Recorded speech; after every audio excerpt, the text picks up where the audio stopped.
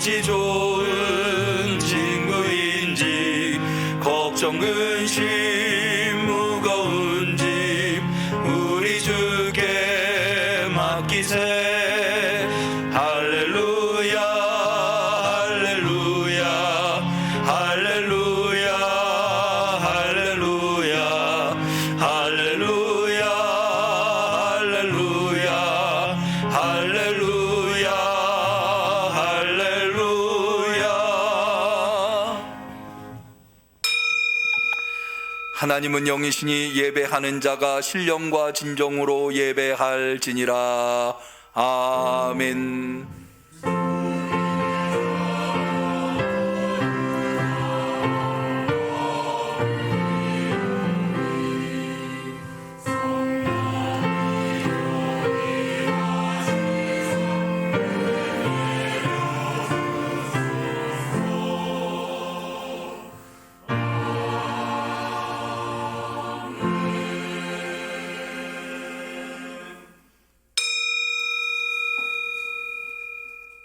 여호와로 자기 하나님을 삼은 나라 곧 하나님의 기업으로 빼심받은 백성은 복이 있도다.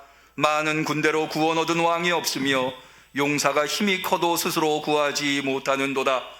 우리 영혼이 여호와를 바라며 저는 우리의 도움과 방패시로다. 여호와여, 우리가 주께 바라는 대로 주의 인자하심을 우리에게 베푸소서. 아멘. 세상에 그 무엇이 우리를 구원하리이까? 오직 여호와 하나님께서만이 우리를 구원하실 수 있기에 오늘도 구원의 하나님 앞에 나와 대면으로 비대면으로 예배 올려드리나이다. 우리의 예배를 받아 주옵소서. 우리의 중심을 헤아리시고 하나님을 사모하는 대로 큰 은혜를 베풀어 주시옵소서. 예수님의 이름으로 기도 올리옵나이다. 아멘.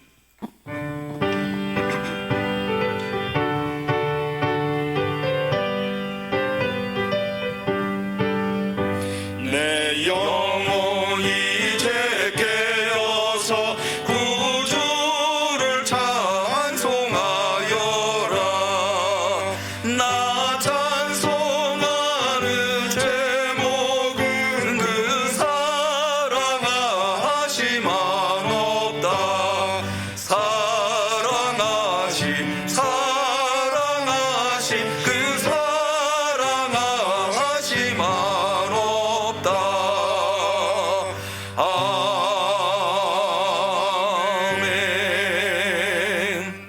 성령을 보내주신 주님 앞에 우리의 신앙을 고백할 때에 전능하사 천지를 만드신 하나님 아버지를 내가 믿사오며 그 외아들 우리 주 예수 그리스도를 믿사오니 이는 성령으로 잉태하사 동정녀 마리아에게 나시고 본디오 빌라도에게 고난을 받으사 십자가에 못 박혀 죽으시고 장사한 지 사흘 만에 죽은 자 가운데서 다시 살아나시며 하늘에 오르사 전능하신 하나님 우편에 앉아 계시다가 저리로서 산 자와 죽은 자를 심판하러 오시리라. 성령을 믿사오며 거룩한 공회와 성도가 서로 교통하는 것과 죄를 사하여 주시는 것과 몸이 다시 사는 것과 영원히 사는 것을 믿사옵나이다. 아멘.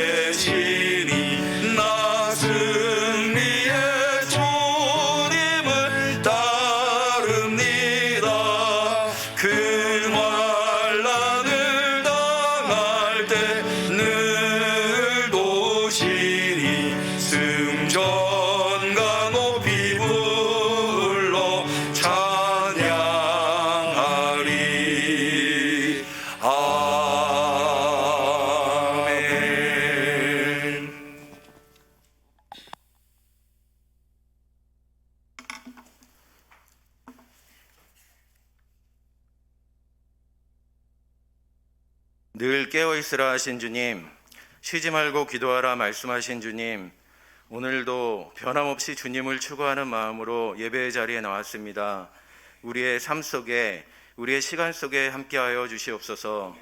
매 순간 주님을 의지하며 승리하는 삶을 살 수 있도록 은혜를 내려 주시옵소서. 주님을 향한 우리의 믿음이, 주님을 향한 우리의 결단이 흔들리지 않게 하여 주시옵소서. 어둠 속에서 우리를 구원하신 주님, 코로나의 죄악선으로 인해 우리의 예배가 다시 위협받고 있습니다. 축소되고 멈춰지고 있습니다.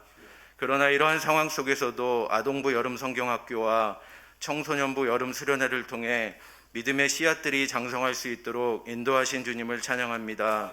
또한 8월 11일부터는 일어나라 빛을 발하라는 주제로 청년의 여름 수련회가 예정되어 있습니다. 이 행사 또한 은혜 중에 안전하게 마칠 수 있도록 인도하여 주시옵소서.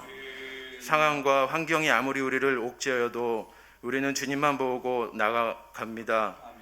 아름다운 모습으로 바뀌고 정비된 주님의 교회에서 모두 함께 모여 예배드릴 수 있도록 지금의 상황과 환경을 안정시켜 주시옵소서. 우리의 출발점이 될 수 있도록 예배를 회복시켜 주시옵소서. 그리고 흔들리지 않게 하여 주시옵소서. 주님, 무더운 여름을 지나고 있습니다. 그러나 곧 청명한 가을이 올 것을 믿으며 8월의 첫 주를 힘차게 출발합니다. 습관적으로 반복되는 달이 아닌 조금 더 가까이, 조금 더 간절하게 주님께 나아가는 도약의 달이 되게 하여 주시옵소서. 세상에는 우리를 유혹하는 것들이 넘쳐나고 혼란스러운 일들이 가득합니다. 깨어 기도하면서 말씀 안에 있게 하여 주시옵소서. 흔들림 없이 각자의 자리에서 주님을 추구하는 삶이 될 수 있도록 응안교회의 지체들을 강하게 인도하여 주시옵소서. 예수님의 이름으로 기도드렸습니다. 아멘.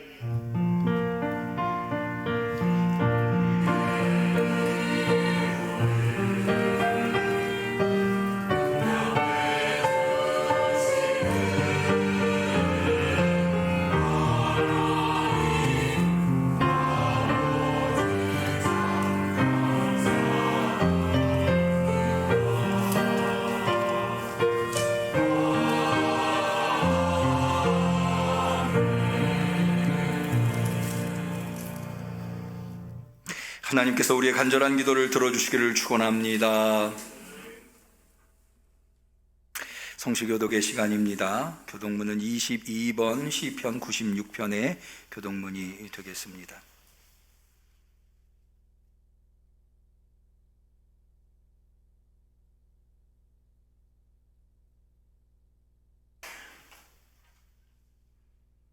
교독문 22번 시편 96편. 새 노래로 여호와께 노래하라. 온 땅이여 여호와께 노래할지어다. 여호와께 노래하며 그 이름을 송축하며 그 구원을 날마다 선포할지어다. 그 영광을 열방 중에 그 기이한 행적을 만민 중에 선포할지어다. 만방의 모든 신은 헛것이요 여호와께서는 하늘을 지으셨음이로다. 존귀와 위엄이 그 앞에 있으며 능력과 아름다움이 그 성소에 있도다. 아름답고 거룩한 것으로 여호와께 경배할지어다. 온 땅이여 그 앞에서 떨지어다. 하늘은 기뻐하고 땅은 즐거워하며 바다와 거기 충만한 것은 외치며 밭과 그 가운데 모든 것은 즐거워할지로다. 같이 합니다. 그리할 때에 살림의 나무들이 여호와 앞에서 즐거이 노래하리라. 아멘. 하나님의 말씀은 히브리서 8장 6절 말씀이 되겠습니다. 신약성경 361페이지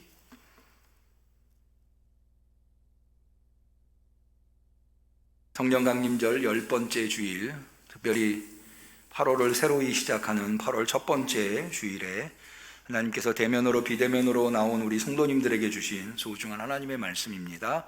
히브리서 8장 6절 말씀, 우리 다 같이 한 마음이 되어서 하나님의 말씀을 봉독하겠습니다. 그러나 이제 그가 더 아름다운 직분을 얻으셨으니 이는 더 좋은 약속으로 세우신 더 좋은 언약의 중보시라. 이는 하나님의 말씀입니다. 아멘. 시온 찬양대의 특성이 있겠습니다.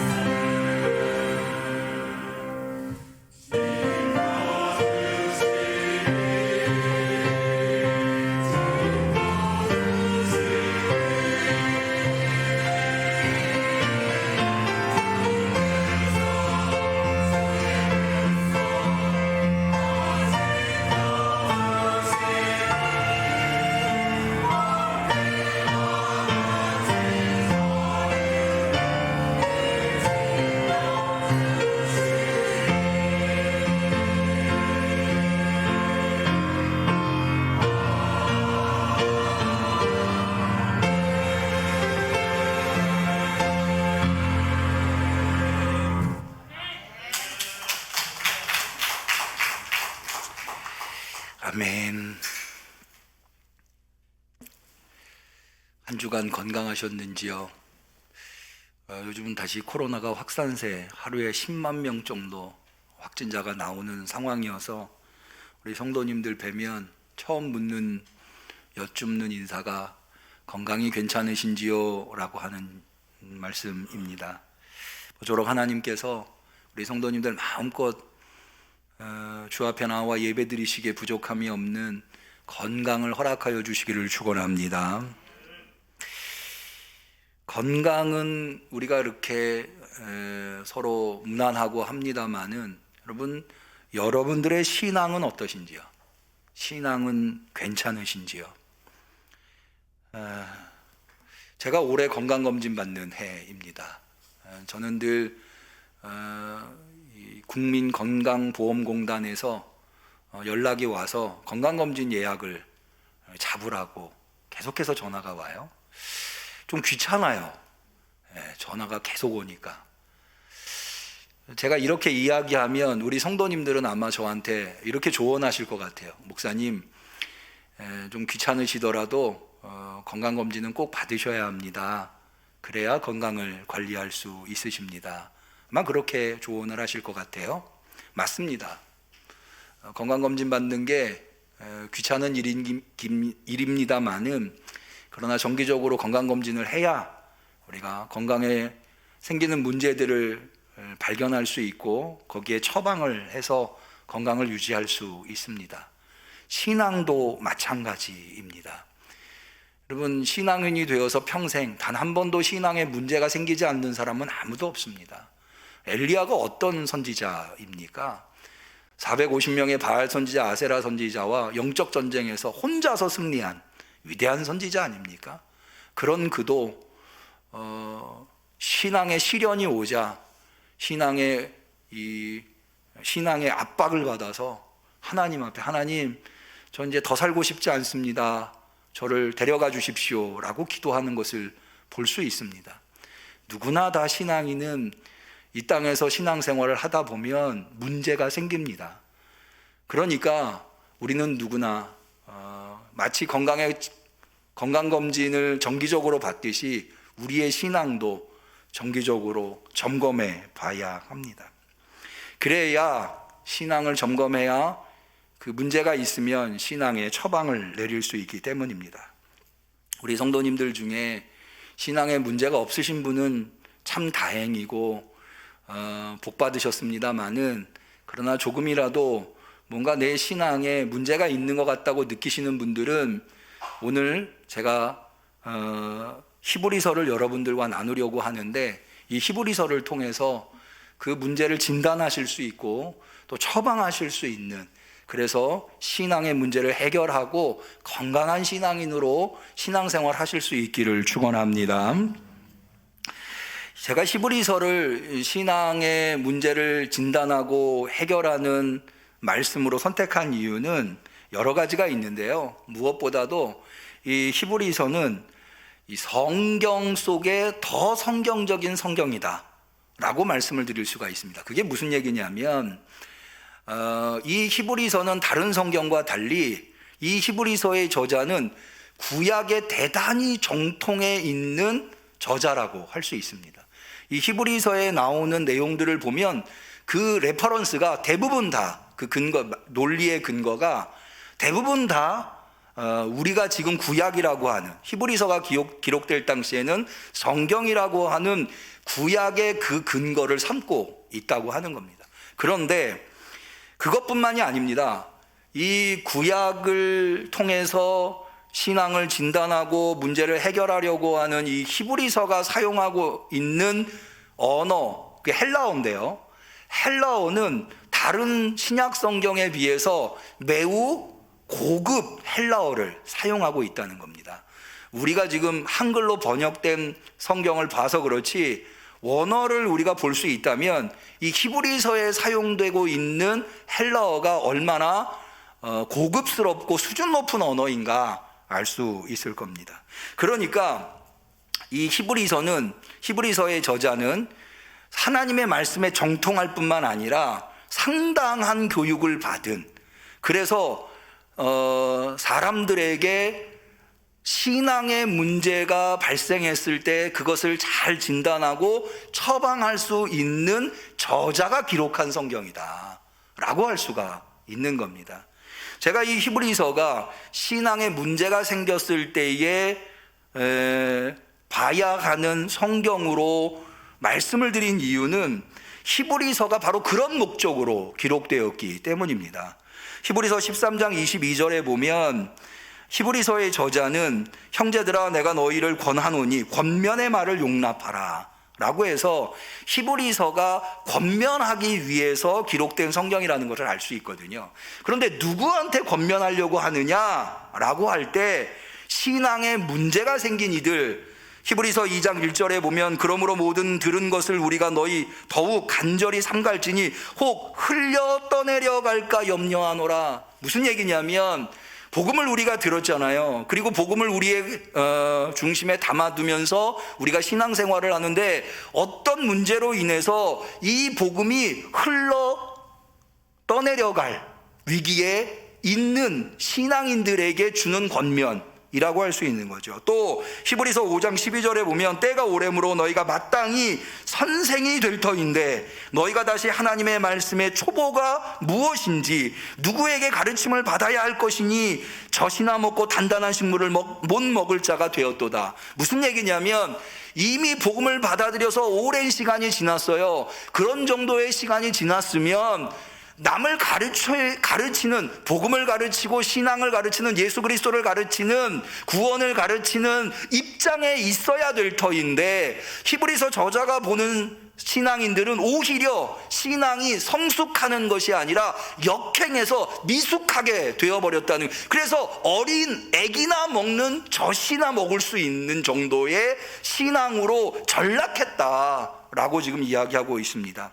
더 나아가서 히브리서 12장 3절에 보면 너희가 피곤하여 낙심치 않기 위하여 죄인들의 이같이 자기에게 거역한 일을 참으신 자를 생각하라.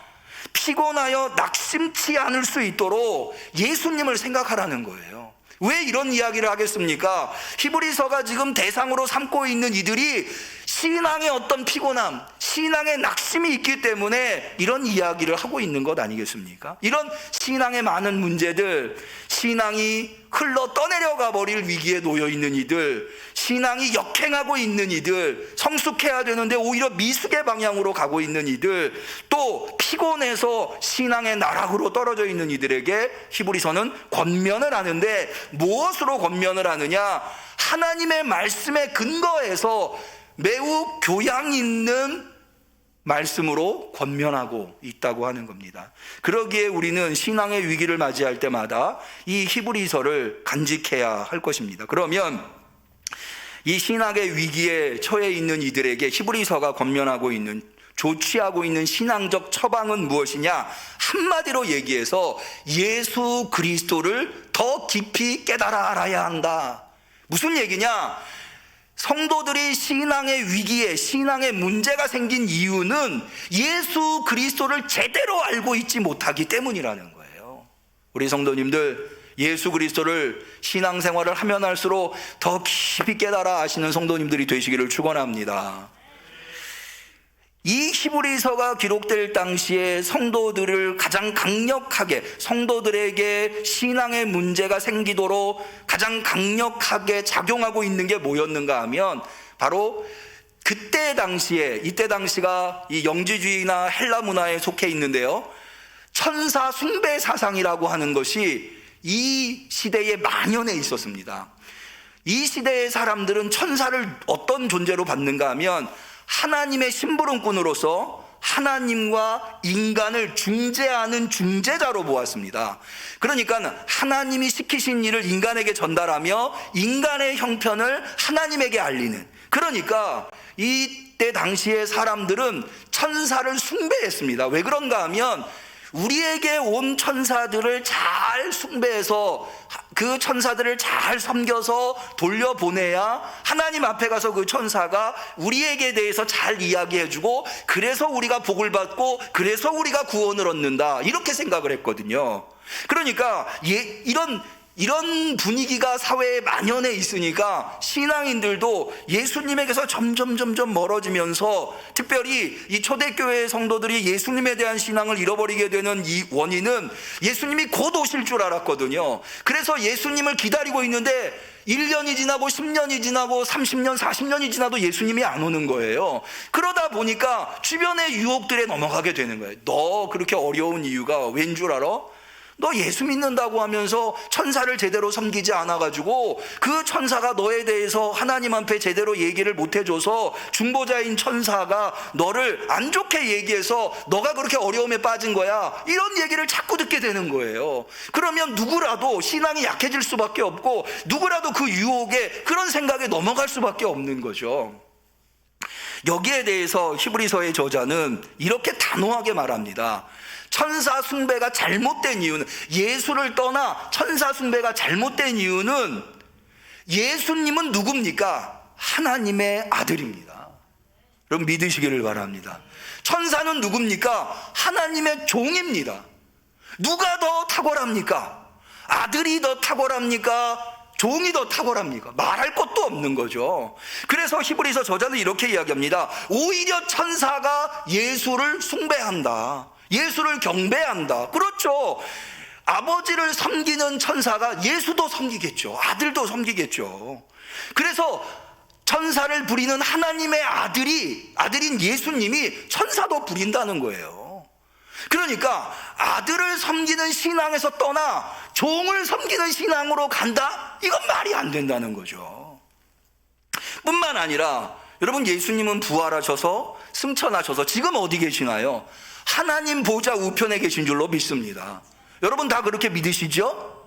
그런데 그 하나님 보좌 우편이라고 하는 그 자리를 천사가 넘볼 수 있는 자리인가요? 천사는 넘볼 수 없는 자리예요. 천사에게는 허락되어 있지 않은 자리라는 거죠.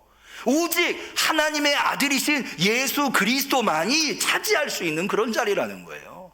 그런데 그런 예수님을 놓고, 그런 예수님을 버리고 천사를 섬긴다? 말이 안 된다는 거죠. 명백한 논리, 어려운 이야기가 아닙니다. 그런데요, 그럼에도 불구하고 이 성도들이 예수님을 섬기는 것에서 천사를 숭배하는 것으로 신앙이 자꾸 넘어가는 이유는 이들도 나름의 논리가 있어요. 그게 뭐냐 하면, 여러분, 천사를 우리가 흔히 영적 존재라고 해요. 천사하면 천상적 존재. 그런데 예수님은 어떠세요? 이 땅에 육신을 입고 오셨죠. 육적 존재로 이 세상에 오셨어요. 지상적 존재로 이 세상에 왔다고요. 그러니까 고대 사람들은, 영지주의에 깊이 경도되어 있는 이 고대인들은 세상을 둘로 봅니다. 이원론 쪽으로 봐요. 제가 기회 있을 때다 말씀드리는데, 이 영지주의가 이야기하는 이원론은 세상을 둘로 영과 육으로 쪼개고요, 빛과 어둠으로 쪼개고, 선과 악으로 쪼개고, 하늘과 땅으로 쪼갭니다. 그래서 이 둘이 서로 싸우는 거예요. 영은 우월하고 육은 타락한 거고요, 천상은 우월하고 땅은 타락한 걸로 보는 거죠. 그런데 천사는 영적 존재, 천상적 존재로 보고, 예수님은 육으로 입고 이 땅에 오시잖아. 너희들이 이야기하는 대로 육신을 입고 이 땅에 오셔서 십자가에 죽지 않았느냐. 그런데 어떻게 영적인 천사보다 육신을 입은 예수가 더 우월하다고 이야기하느냐. 이렇게 이야기를 하는, 오늘날 우리로서는 쉽게 받아들일 수 없는 이야기지만 1세기, 2세기의 고대인들한테는 이게 너무나도 강력한 논리로 그들을 설득해 왔다는 거죠. 여기에 대해서 히브리서의 저자는 이렇게 이야기를 합니다. 예수님께서 성육신 하신 것에 대해서 그것은 하나님의 뜻이다. 특별히 히브리서 2장 9절에 보면 이런 말씀이 나옵니다. 예수께서 다만 잠시 동안 천사들보다 낮아지셔서, 예수님이 육신으로 이 세상에 오셨으니까 천사들보다 낮아지셨죠. 이건 사실이에요. 그런데 그게 잠시 동안이라고 하는 거예요. 그렇게 된 이유가 뭐냐? 죽음의 고난을 담당하심으로써 영광과 존귀의 면류관을 받아 쓰신 것을 우리가 봅니다. 무슨 얘기냐? 특별히 제가 지금 시간이 없어서 인용은 안 했습니다만 시편 8편에 보면, 이 시편 8편을 예수 그리스도에 대한 예언의 말씀으로 보는데, 여호와 우리 주여, 주의 이름이 온 땅에 어찌 그리 아름다운지요. 이게 시편 8편이거든요. 거기 보면 인자가 무엇이간데 주께서 저를 생각하시며, 사람이 무엇이간데 주께서 저를 권고하시나이까. 저를 천사보다 조금 못하게 하시고 영화와 존귀로 관을 씌우셨나이다. 무슨 얘기냐?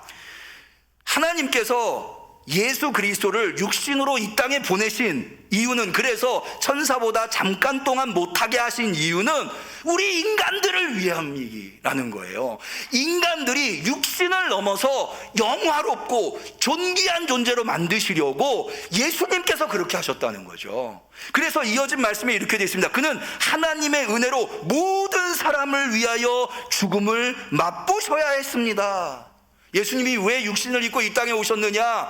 모든 죽을 수밖에 없는 인간들을 죽음을 넘어서 영화롭고 존귀하게 만들어주기 위해서 예수님이 잠깐 동안 천사보다 못한 육신을 입고 이 땅에 오셨다는 거예요.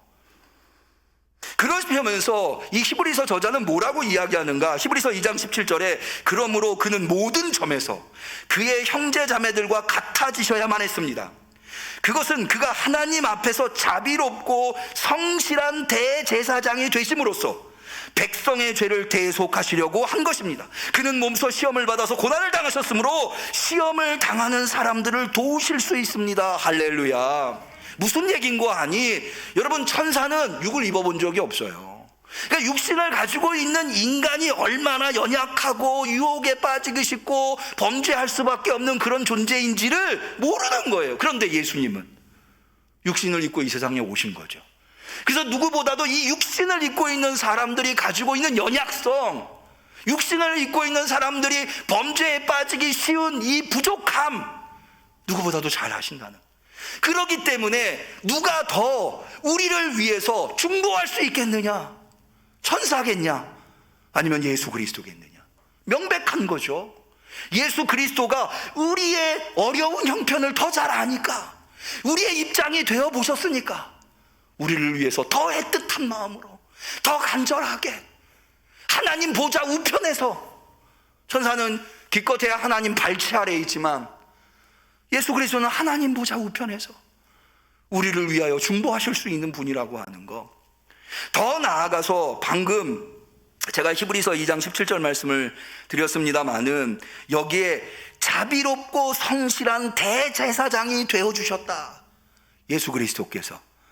그런데요, 이건 아주 히브리서가 우리에게 강력하게 전달하고 있는, 히브리서에만 나타나는 이 예수 그리스도가 누구신가에 대한 기독론이라 할 수 있습니다. 왜냐하면 여러분, 우리가 예수님이 속죄 제물로 이 땅에 오셨다, 온 인류의 죄를 대속하시기 위해서 속죄 제물, 하나님의 어린 양으로 이 세상에 오셨다, 그건 아주 우리가 보편적으로 잘 알고 있죠.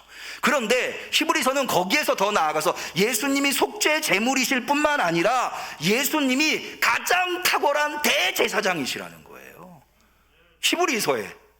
그러면 예수님이 어떻게 대제사장이냐? 사실은 이거는 이 구약의 전통에 의하면, 이 레위기랄지 이런 거를 보면 대제사장은 누가 하나요? 일단은 제사장이 되어야 대제사장이 될 수 있거든요. 제사장은 누가 하나요? 레위 지파에 속한 아론의 후손이 제사장이 되도록 되어 있어요. 그런데 예수님은 레위 지파가 아니에요. 아론의 후손이 아니에요. 우리가 모두 다 잘 알고 있듯이 예수님은 어느 지파에 속하나요? 유다 지파 다윗의 후손이라고요. 그러니까는 예수님이 대제사장이라고 말할 수 없는 거죠. 그래서 이 히브리서는 어느 말씀을 끌어다가 이 주장의 근거로 삼는가 하면 시편 114편 4절의 말씀, 거기에 이렇게 돼 있어요. 주께서 맹세하시기를 너는 멜기세덱을 따른 영원한 제사장이다 하셨으니 변하지 않으실 것입니다. 멜기세덱을 따라, 우리가 개역 한글판은 멜기세덱의 반차를 따라 이렇게 되어 있거든요. 멜기세덱의 예를 따라서 예수님이 대제사장이 되셨다는 거예요. 이게 무슨 얘기냐? 여러분, 앞서 말씀드린 대로 대제사장은 레위 지파에 속한 아론의 후손이어야 해요. 그리고 그 해에 제사장들 중에 순번에 의해서 대제사장을 정하게 되어 있어요. 그런데 창세기 14장에 보면 아주 흥미로운 이야기가 나오는데요, 거기에 아브라함의 조카 롯이, 여러분이 잘 아시다시피 아브라함과 롯의 이 목동들이 서로 싸우니까 아브라함이 롯을 불러다가 너가 우하면 내가 좌하고 내가 좌하면 너가 좌하면 내가 우하겠다, 이래서 롯이 먼저 어느 땅을 선택합니까? 소돔 땅을 선택합니다. 소돔성에 롯이 들어요. 그런데 창세기 14장에는 메소포타미아 지역에 있는 거대 제국 4개의 제국이 있습니다. 그 4개의 제국이 이 팔레스틴 지역에 소돔성과 같은 도시국가들, 5개의 도시국가들이 있는데 이 5개의 도시국가들에 쳐들어옵니다. 그래서 소돔성에 있는 롯이 거기에 전리품으로, 노예로 이 메소포타미아 제국으로 끌려갑니다. 그런데 그 소식을 전해 들은 아브라함이, 사실은 아브라함이 대단한 전투 전략가예요. 아브라함이 전술을 세워가지고 이 굉장한 네 제국과 전쟁을 해서 롯을 구출할 뿐만 아니라 이들이 가지고 간 이 팔레스틴 지역의 5개의 도시국가에게서 가져간 전리품을 싹 다 가져옵니다. 되찾아와요. 그래서 와서 예루살렘, 현재 예루살렘이 옛날에 무슨 지명이었는가 하면 살렘이었어요. 살렘 지역에 오는데, 살렘 지역의 왕이면서 대제사장이 누군가 하면 바로 멜기세덱이었어요. 이 멜기세덱이 아브라함을 맞이하면서 2가지 일을 해요. 첫 번째가 무슨 일을 하냐면, 너가 가지고 있는, 너가 얻은 전리품 중에 10분의 1을 하나님 여호와께 바쳐라 라고 얘기를 합니다. 두 번째는 뭘 하는가 하면, 그렇게 11조를 바치는 아브라함을 축복해요. 이게 성경에서 나오는 첫 번째 11조예요. 첫 번째 11조. 그 11조를 멜기세덱 제사장에게 줘요. 이 일은 제사장만이 할 수 있는 일이에요. 여러분, 11조 제사장에게 드리잖아요. 그리고 제사장이 성도들을 축복하죠. 백성들을, 하나님의 백성들을 축복해요. 이건 대제사장만 하는 거거든요. 그러니까 멜기세덱은 레위 지파에 속한 아론의 후손이 아님에도 불구하고 하나님에 의해서 임명된, 직접 하나님이 임명하신 대제사장이라는 거예요. 그런데 예수님이 바로 그런 경우를 하는 거예요. 여러분, 전통적으로는 레위 지파에서 아론의 후손이 제사장이 되지만 결국에는 그게 다 하나님의 종 아니에요. 하나님이 직접 너 대제사장 해라 하면 그걸 누가 맡겠어요? 그걸 누가 부정하겠어요? 하나님이 직접 세우신 거니까. 다시 말해서 멜기세덱의 반차를 따라서 예수님이 대제사장이 됐다고 하는 것은 바로 이런 방식으로 예수님이 하나님에 의해서 지명받아 대제사장이 됐다는 거예요. 그런데 이 예수님께서 그렇게 대제사장일 수밖에 없는 이유가 무엇이냐? 보다 더 강력한 이유는, 여러분, 우리가 예수님이 십자가에 자신을 속죄의 제물로 내어주심으로 말미암아 온 인류의 죄를 대속했다고 믿고 있잖아요. 저와 여러분들 다 그렇게 믿으시죠? 믿으시기를 축원합니다. 그렇다면 속죄 제물로 예수님이 자신의 몸을 제물로 드렸다면 그 자신, 예수님을 속죄 제물로 드리는 이 제사를 집례한 대제사장이 있어야 할 거 아니에요. 사실은 그게 대제사장이 하는 일이거든요. 대제사장이 가장 중요하게 해야 할 일이 뭐냐? 1년의 대속죄일에 성전 안에, 성소 안에 지성소가 있거든요. 그 지성소 안에 들어가서 모든 이스라엘의 죄를 가지고 들어가서 대속죄일에 속죄하는 제사를 드리는 게 대제사장이 해야 할 일이에요. 그런데 예수님께서 온 인류의 죄를 가지시고 그것을 해결하기 위해서 자신을 제물로 드렸다고 한다면, 그런 제사가 가능하려면 그 제사를 집례한 대제사장이 있어야 할 거 아니냐. 그런데 그게 누구냐? 멜기세덱의 반차를 따른 예수 그리스도가 그 역할을 했다는 거예요. 그런데 이것은 그때 당시에 있었던 대제사장들과는 비교도 할 수 없는 가장 탁월한 대제사장이라는 거예요. 왜 그런가 하면, 여러분, 대제사장이 1년에 한 번 대속죄일에 지성소에 들어갈 때 그냥 못 들어갑니다. 철저한 정결법을 거쳐서 정결하게 되어야만 들어갈 수 있어요. 왜 그런가 하면 조금이라도 흠결이 남아있으면 지성소에 들어가면 즉사하거든요. 그런데 예수님은 어때요? 전혀 흠이 없으신, 우리와 같이 육신은 가지고 계시지만 그러나 전혀 죄가 없으신, 이 땅에 존재했었던 어떤 대제사장과도 비교할 수 없는 가장 탁월한 대제사장이 되어주셔서 하나님 앞에 우리의 죄를 대속해 주셨다는 거예요. 믿으시기를 바랍니다. 뿐만 아니라 예수님이 직접 스스로, 여러분, 대제사장이 대속죄일에 이스라엘의 죄를 놓고 속죄하기 위해서 지성소에 들어가지만 그것은 제한되어 있어요. 한 번으로 끝나는 게 아니에요. 계속해서 제사를 드려야 돼요. 왜? 그것은 유한한 제사이기 때문에 완벽하지 않아요. 그런데 예수 그리스도께서는 단 한 번에 완벽한 제물이 되어주셔서 온 인류의 죄를 대속하시기에 부족함이 없는 완벽한 제물이 되어주셔서 단 한 번에 온 인류의 죄를 해결하셨다는 믿으시기를 바랍니다. 더 나아가서 여러분, 대제사장이 아까 제물을 드리는 장소가 지성소라고 그래요. 성소에 들어가서 제물을 드린다고 했어요. 그런데 이 땅에 있었던 모든 대제사장들은 다 이 땅에 있는 예루살렘 성전에 있는 지성소에 들어갔어요. 그런데 예수님은 이 땅에 있는 지성소에 들어간 게 아니에요. 하늘 성소에 들어가셔서 우리를 위해서 속죄 제사를 드려주신 대제사장이라는 거예요. 자, 히브리서 9장 11절에 보면 히브리서의 저자는 이렇게 이야기합니다. 그러나 그리스도께서는 이미 이루어진 좋은 일을 주관하시는 대제사장으로서 오셔서 손으로 만들지 않은, 다시 말하면 이 피조물에 속하지 않는 더 크고 더 완전한 장막을 거쳐서 오직 한 번 지성소에 들어가셔서 염소나 송아지의 피로소가 아니라 자기의 피로소 우리에게 영원한 구원을 이룩하여 주셨습니다.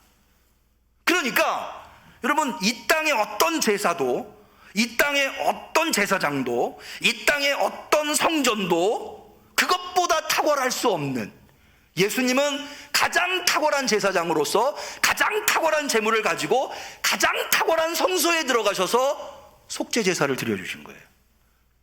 할렐루야. 믿으시기를 축원합니다. 그러니까는 예수님과 비교할 수 있는 게 없는 거예요. 심지어 히브리서의 저자는 뭐라고까지 얘기하는가 하면, 여러분, 이스라엘 역사를 통틀어서 가장 위대한 지도자가 누굽니까? 선지자 누굽니까? 모세죠. 모세보다 더 위대한 선지자 꼽을 수 없죠. 가장 탁월하고 가장 위대한 지도자. 그런데 히브리서의 저자는 그 모세도 예수님과는 견줄 수 없다는 거예요. 논리가 이렇습니다. 여러분, 모세가 어떻게 그렇게 위대한 지도자가 되었습니까? 민수기에 보면 모세가 범죄한 사실이, 구스 여인을 아내로 취해서 미리암과 아론이 반기를 모세에게 듭니다. 그때 하나님이 누구 편을 서주시냐면 모세 편에 서주세요.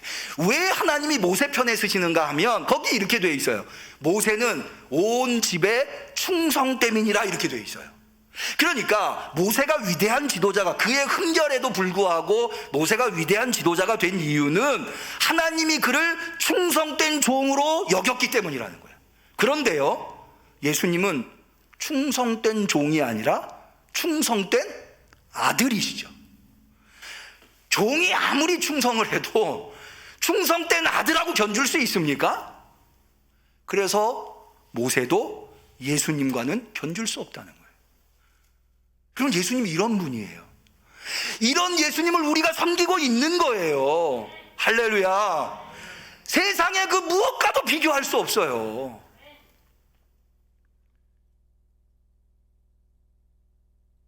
히브리서의 저자는 예수 그리스도께서 우리에게 가장 좋은 대제사장이 되어주시는 이유는 그분이 육신을 가졌기 때문이라는, 여러분, 앞서 말씀드린 대로 대제사장은 백성이 지은 죄를 가지고 하나님한테 대속받는, 용서받는 역할을 하는 것이 대제사장이에요.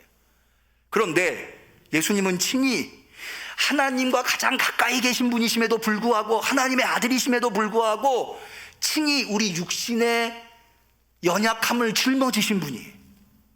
그러니까 누구보다도 간절하게, 누구보다도 정성스럽게 우리의 죄를 대속하시기 위해서 제사장으로서의, 대제사장으로서의 역할을 감당하시지 않겠어요? 히브리서의 저자의 주장이에요. 오늘 우리가 읽은 본문이 바로 그런 논리들의 바탕을 두고 나온 말씀이에요. 다시 한번 볼까요? 자, 6절입니다. 그러나 이제 그가 더 아름다운 직분을 얻으셨으니, 더 아름다운 직분이라고 하는 것은, 여러분, 제가 오늘 설교 제목을 더 좋은 예수 그리스도, 한번 따라해 보실까요? 더 좋은 예수 그리스도. 이렇게 하면 혹시 어느 분이 덜 좋은 예수님이 있고 더 좋은 예수님이 있나 이렇게 생각하실 수 있는데 그게 아니에요.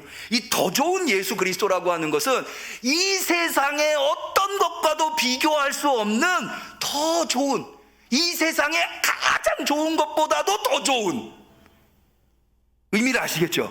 더 좋은 예수, 여러분이 뭘 좋은 것이라고 말해도 그것보다 더 좋은 분이 예수님이라는 거예요. 더 좋은 예수. 여기 그러나 이제 그가 더 아름다운 직분을 얻으셨으니, 이 말은 예수님이 수행한 대제사장으로서의 직분보다 더 아름다운 직분은 있을 수 없다는 거예요. 이는 더 좋은 약속, 예수님이 우리에게, 과거에는 구약에는 어떻게 했어요? 제사를 드림으로, 짐승을 잡아 제사를 드림으로 용서를 받는다고 하는 약속, 그것과는 비교도 할 수 없는, 우리는 예수 그리스도를 믿음으로 말미암아, 예수 그리스도를 영접함으로 말미암아 우리의 죄사함을 받고 구원을 얻는다는 이 더 좋은 약속, 그것보다 더 좋은 약속이 어디 있어요? 가장 좋은 약속, 그 더 좋은 약속으로 세우신 더 좋은 언약의 중보신이라, 중보자가 되어주신다는 거예요. 여러분 편에서, 여러분을 위해서 누구보다도 안타깝게, 누구보다도 여러분을 위해서 말씀해 주시는, 하나님 아버지께 말씀해 주시는 분이 계신데, 그분이 누구예요? 예수 그리스도예요. 여러분 믿으시기를 바라요. 확신하시기를 바랍니다. 그래서 히브리서는 곳곳에서 이렇게 이야기합니다. 예수 그리스도를 통해서 얻은 구원보다 더 좋은 구원은 없다. 예수 그리스도께서 이루신 언약보다 더 좋은 언약은 없으며, 예수 그리스도께서 속죄제사로 행하신 하늘 성소보다 더 좋은 성소는 없으며, 온 인류의 죄를 달속하는 예수 그리스도의 제물보다 더 좋은 제물은 없으며, 예수 그리스도를 통해서 얻은 영원한 부활보다 더 좋은 부활은 없다. 예수 그리스도인 거죠. 앞서 제가 누구나 다 신앙의 위기를 맞이한다는 말씀을 드렸어요. 문제없는, 신앙에 문제가 단 한 번도 없는 신앙인은 없다. 우리의 신앙을 위험에 빠뜨리는 여러 가지 요소들이 있어요. 크게 세 가지가 있다고 저는 생각이 됩니다. 첫 번째, 실망이에요. 열심히 기도했는데 기도가 응답되지 않을 때 실망스러우시죠. 이런 것이 신앙의 위기를 가져옵니다. 또 신앙생활을 하다 보면 교회에 실망할 때가 있어요. 또 목회자나 성도들에게 실망할 때가 있어요. 어떻게 교회가 저럴 수 있나? 어떻게 성도들이 저럴 수 있나? 그런 실망들이 우리의 신앙을 흔들어 놓습니다. 두 번째로는 세상의 유혹이에요. 세상에 더 재밌는 것이 때때로 보이거든요. 정욕, 안목. 마지막으로 신앙생활을 할 때 찾아오는, 누구에게나 다 찾아오는 시련이에요. 여러분 신앙생활이 쉽습니까? 힘들고 어려워요. 그런데요, 그럼 모든 문제의 해결책은 딱 하나예요. 예수 그리스도를 붙드시는 거예요. 제가 이 목이나, 저는 이제 주로 설교를 많이 하고 이러기 때문에 목에 문제가 생길 때가 많거든요. 감기, 제가 기관지 같은 것들이 별로 안 좋아서 감기에 걸릴 때도 있어요. 그러면 제가 꼭 가는 곳이 있어요. 지금도 있나 모르겠는데, 제가 여기 서부병원 옆에 서부이비인후과 주로 갑니다. 그러면은 나이 많은 의사 선생님이 계세요. 아직도 계시나 모르겠어요. 그런데 그분이 저한테 증상을 물어요. 어디가 아프셔서 오셨어요? 그럼 제가 목이 아파서 왔습니다. 성대 결절인 것 같습니다. 콧물이 자꾸 나서 왔습니다. 기침이 나서 왔습니다. 목이 간질간질해서 왔습니다. 그 증상이 여러 가지가 있잖아요. 근데 이분의 처방은 늘 한 가지예요. 여기서 이렇게 찍찍 뿌리는 게 있거든요. 4개가. 그거 4번 뿌려주고 주사 놓고 가라는 거예요. 약 처방해주고. 늘 똑같아요. 똑같이 할 거면 증상을 왜 물어보셨나 이런 생각이 들 때도 있는데, 제가 이 말씀을 왜 드리느냐, 여러분 신앙에 어떤 문제가 생기더라도, 그 문제의 양상이 어떤 것이라 하더라도 거기에 대한 처방은 오직 예수 그리스도 뿐이라는 거예요. 예수 그리스도만 확실하게 붙들고 있으면, 우리가 예수 그리스도에 대해서 깊이 알면 깊이 알수록 우리의 신앙의 위기를 우리는 극복할 수 있다는 거예요. 여러분 이렇게 한번 생각해 보시죠. 부모가요, 자녀를 키울 때 자녀가 실망을 줄 때가 있어요. 부모 마음에, 부모를 속상하게 만들 때가 있잖아요. 그런 경우가 없는 부모는 아마 없을 거예요. 여러분, 자녀가 부모를 실망시킨다고 자녀를 버려버리시나요? 자녀를 포기하는 부모 있으세요? 그런 부모 없어요. 그 실망보다 자녀가 더 소중하기 때문에 그래요. 내가 지금 실망한 것보다. 여러분, 자녀를 키우다 보면은요, 간혹 이런 생각이 들 때가 있어요. 아우, 저 녀석들만 없으면 내가 더 잘 살 수 있을 것 같은데, 내가 더 재미있게 살아갈 수 있을 것 같은데, 그런 유혹이 올 때가 있어요.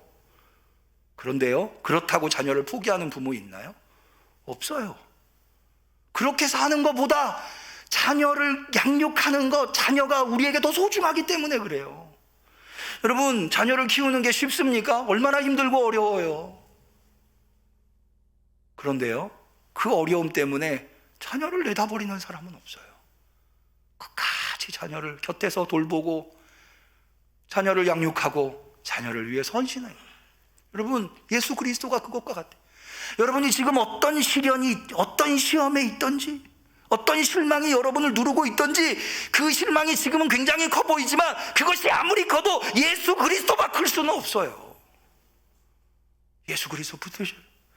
여러분, 세상의 유혹이 아무리 좋아도요, 예수 그리스도보다 좋을 수는 없어요.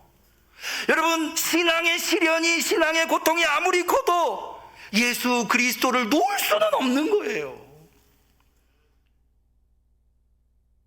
여러분, 예수 그리스도로 승리하실 수 있기를 축원합니다. 예수 그리스도가 답이에요. 여러분, 그래서요, 이렇게 하세요.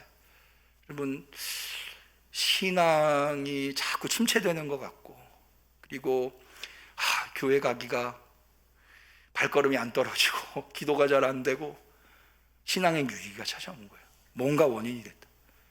그렇다면 여러분, 예수 그리스도, 내가 예수 그리스도를 붙들어야 되겠구나. 히브리서를 펼치세요. 그리고 히브리서가 주는 교훈들을 하나하나 곱씹어 보세요. 그러면 하나님께서, 여러분들의 가장 좋은 중보자 되시는 예수 그리스도께서 여러분을 도우실 거예요. 승리하시기를 축원합니다. 기도하겠습니다. 하나님 아버지, 우리는 너무나 연약합니다. 너무나 자주 넘어집니다. 그러나 그렇다고 해서 우리가 예수 그리스도를 놓을 수가 없기에 오늘도 주 앞에 나와서 주님을 바라봅니다. 주님을 붙듭니다. 주님이 계시기에 우리가 아무리 힘들고 어려워도 이겨낼 수 있다는 믿음으로 주를 찾아 나왔사오니, 주여 우리를 붙잡아 주시옵소서.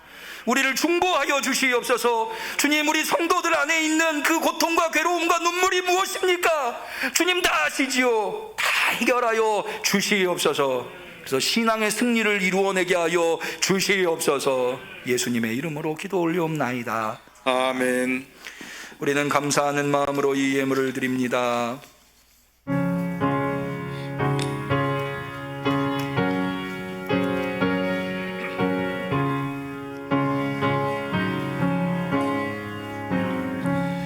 내 기도하는 그 시간, 그때가 가장 즐겁다. 이 세상 근심 걱정에 얽매인 나를 부르사 내 진정 소원 주 앞에 지바로 아뢰어 큰 불행 당해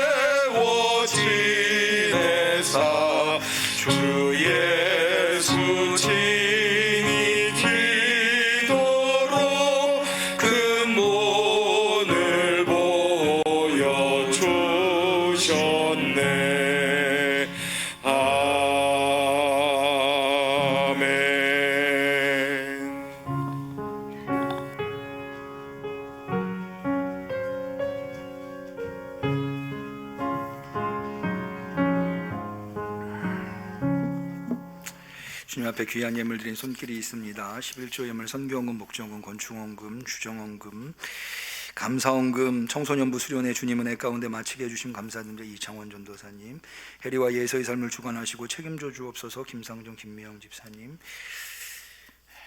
할렐루야, 날마다 기쁨을 주시는 나의 아버지 감사합니다. 신양숙 권사님, 항상 함께 하셔서 감사합니다. 이정아 집사님, 범사에 감사합니다. 강훈숙 권사님, 무명으로 수련의 은혜 가운데 마치게 하심을 감사합니다. 한만순 권사님, 성도님들의 기도 덕분에 은혜롭게 잘 마쳤습니다. 찬조해 주신 성도님들 가정에도 축복이 가득하길 기원합니다. 청소년부에서 김태현, 김사랑 어린이, 김은정 성도님, 김은정, 박현숙 집사님 무명으로 삼려전도에서 건축원금과 선교원금을 드리셨습니다. 기도 올리겠습니다. 하나님 아버지, 예수 그리스도를 우리에게 보내주셔서 이보다 더 좋을 수 없는 우리의 중보자로 세워주시고, 오늘도 그 예수님 놓치지 않으려고 주 앞에 나와서 여념없이 예배드리되 그 주님의 은혜에 너무나 감격하여 이렇게 정성껏 준비한 예물을 올려드리나이다. 주님 받아 주시옵소서. 주님을 사랑하는 마음을 담았습니다. 주님, 우리의 사랑을 헤아려 주시옵시고 우리에게 한량없는 은혜를 베풀어 주시옵소서. 주님, 우리의 기도의 제목을 담았습니다. 신앙을 놓치지 않기 위해서 어찌하든지 신앙 붙들고 세상의 모든 역경과 어려움과 유혹을 이겨내려고 이 예물에 기도의 제목을 담았사오니 헤아려 주시옵시고 중보하여 주시옵시고 응답하여 주시옵시고 해결하여 주시옵소서. 특별히 아버지 하나님, 우리 성도들 건강으로 붙잡아 주시옵시사. 주님, 우리 성도들 주 앞에 나와서 예배드리기에 조금도 부족함이 없게 하여 주시옵소서. 나사렛 예수의 이름으로 명하노니 악한 마귀 질병은 떠나갈지어다, 떠나갈지어다. 역사하여 주시옵소서. 주님, 건강뿐만 아니라 장래일, 여러 가지 일로 주님 앞에 눈물을 흘려 기도하는 성도들 그 중심을 헤아려 주시고 울지 마라 위로하셨던 주님의 음성을 들려주시옵시사. 희망을 얻게 하여 주옵소서. 기쁨을 얻게 하여 주옵소서. 새 힘과 새 용기를 얻게 하여 주시옵소서. 간절히 축복하며 예수님의 이름으로 기도 올리옵나이다. 아멘.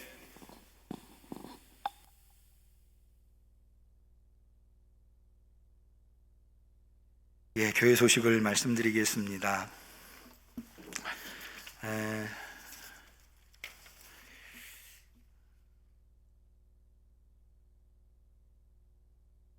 지난주에 이어서 이번 주도 교회에서 점심 식사와 오후 예배를 중단하려고 합니다. 하루에 앞서 말씀드린 대로 지금 코로나 확진자가 10만 명 이상 나오고 있는 상황이기 때문에 우리 당회에서 좀 더 조심하자고 하는 의미에서 이렇게 조치를 취했습니다. 우리 성도님들께서 이해하시고 착오가 없으셨으면 합니다. 우리 여름 성경학교와 청소년부 수련회가 어저께까지 은혜 중에 잘 마쳤습니다. 이를 위해서 도와주신, 기도해 주신 많은 성도님들께 감사드리고, 이제 목요일부터 토요일까지 2박 3일 동안 교회에서 청년의 수련회 마지막으로 남았는데 아무 탈 없이 은혜롭게 우리 청년들이 예수님을 잘 배울 수 있도록 기도해 주시고 기억해 주시면 감사하겠습니다. 또 우리 사찰 집사님 여름 휴가를 내일부터 목요일까지 갖게 되었습니다. 참고해 주시면 감사하겠습니다. 생일이신 분이 계십니다. 정은진 성도님, 김진엽 성도님, 이영우 안수 집사님 이번 주에 생일이시네요.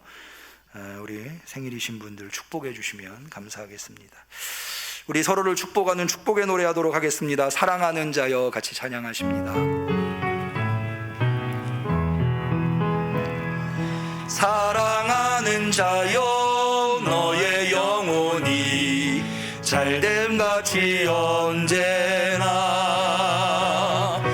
범사에 잘되고 강건하기를 내가 간구하노라. 우리 하나님께 영광의 박수 올립니다. 서로 곁에 계신 분들과 인사 나눕니다. 그리스도의 평화를 빕니다. 그리스도의 평화를 빕니다. 비대면으로 예배드리시는 성도님들에게도 그리스도의 평화가 있기를 바랍니다. 송영하시겠습니다.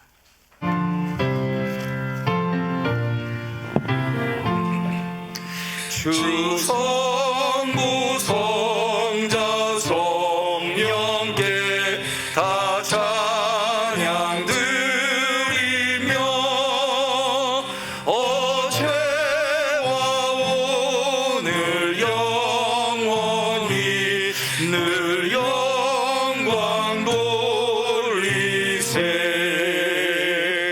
아멘.